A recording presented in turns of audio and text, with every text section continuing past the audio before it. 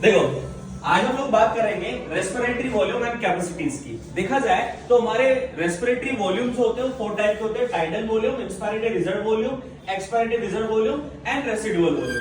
Tidal volume का मतलब होता है नॉर्मल ब्रीथिंग में कितनी जो एयर है उसको हम इंस्पायर कर रहे हैं और एक्सपायर कर रहे हैं, नॉर्मल ब्रीथिंग कंडीशन जो होती है उसमें। तो वो स्पायरोमीटर से जब देखा गया, देखो ब्रीथिंग कंडीशन में हमारे लंग्स की जो वॉल्यूम होती है या कैपेसिटी जो होती है उसको मेजर करने के लिए एक मीटर होता है जिसे स्पायरोमीटर कहते हैं। तो स्पायरोमीटर में उसकी रीडिंग आती है नॉर्मल ब्रीथिंग कंडीशन में 500 ml हम लोग एक्सपायर करते हैं और इंस्पायर करते हैं। अगर फोर्सली इंस्पायर करेंगे तो वो होगा हमारा IRV, जिसका मेजरमेंट है 2500 to 3000। ठीक है, उसके बाद एक्सपायरेटरी रिजर्व वॉल्यूम के बारे में बात करें तो फोर्सली हम कितनी बाहर निकाले, यानी अनुलोम विलोम जो करते हैं योगा में, तो कितनी फोर्सली हम अपने लंग्स के अंदर फील कर रहे हैं और कितना बाहर निकाल रहे हैं, वही हमारा IRV और ERV होता है। उसके बाद फोर्सली एक्सप्रेस करने के बाद, यानी फोर्सली वॉल्यूम जो हमारा लंग्स के अंदर होता है और फोर्सली हमने एक्सपायर करने के बाद हमारे लंग के अंदर कितनी एयर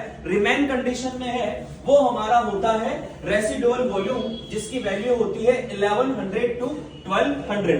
उसके बाद कैपेसिटीज की बात करें, इंस्पायरेटरी कैपेसिटीज में क्या करेंगे हम लोग, टाइडल वॉल्यूम को और इंस्पायरेटरी रिजर्व वॉल्यूम को ऐड कर देंगे, तो वो हमारे पास आ जाएगा इंस्पायरेटरी कैपेसिटी, जिसका मेजरमेंट होता है 3000 to 3500।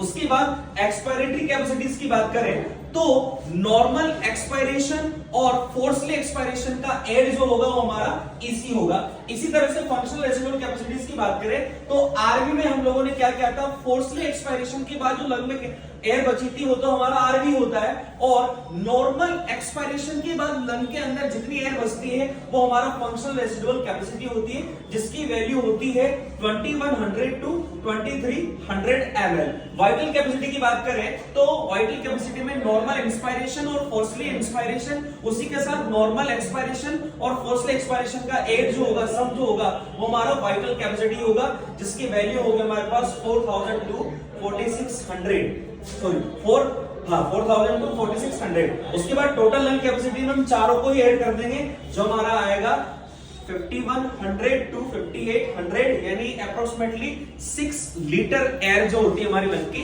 कैपेसिटी होती है।